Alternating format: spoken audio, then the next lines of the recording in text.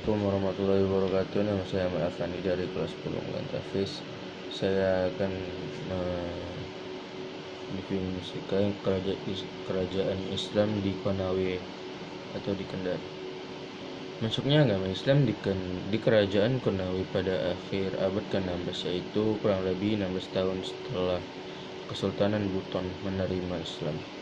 Islam masuk di kerajaan Konawe secara tidak resmi pada masa pemerintahan Tebowo atau Sangia Inato, khususnya di daerah-daerah pesisir pantai yang langsung berhubungan dengan pedagang-pedagang dari luar. Namun agama Islam yang dibawa para pedagang belum dapat diterima masyarakat kerajaan Konawe, sebab pada saat itu masyarakat masih menganut animisme dan dinamisme.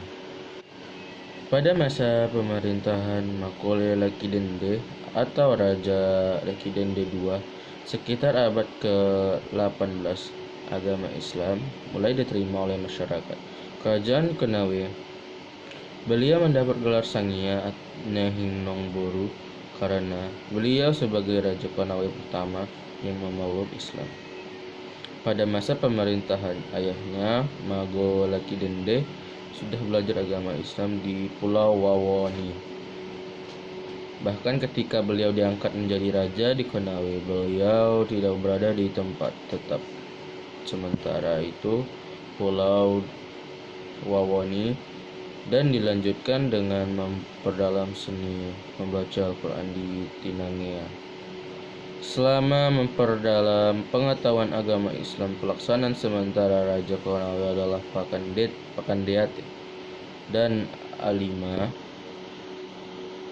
Kapita Anamolepo sebagai pejabat sementara pada abad yang sama. Kemudian dilanjutkan oleh Latalambe Sulamendara merangkap pelaksanaan sementara Raja Konawe dan Onuk pejabat sementara masing-masing pada abad ke-19.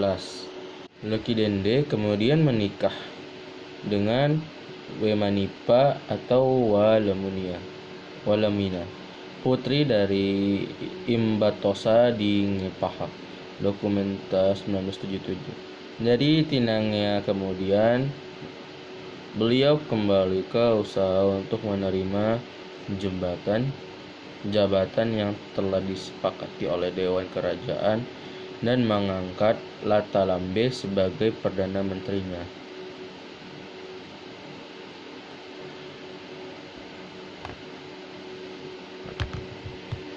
Penobatan Lakidende sebagai Mokole di Konawe mempengaruhi perkembangan agama Islam di kerajaan Konawe. Mokole sangat mencintai agama Islam dan sangat patuh menjalankan syariat Islam, dan dalam kedudukannya sebagai Mokole sangat mendukung usaha penyebaran Islam di kalangan rakyatnya. Dalam proses masuknya Islam di Indonesia umumnya dan kerajaan Konawe khususnya tidak menimbulkan pertentangan di kalangan masyarakat. Meskipun masyarakat Indonesia telah memiliki kepercayaan animisme dan dinamisme, dengan demikian Islam masuk secara damai. Jadi masyarakat tidak merasa dipaksa, dan lama-kelamaan kebudayaan Islam sedikit demi sedikit masuk dalam pola kehidupan masyarakat. Di samping itu, didukung adanya toleransi dari para penyiar Islam tersebut.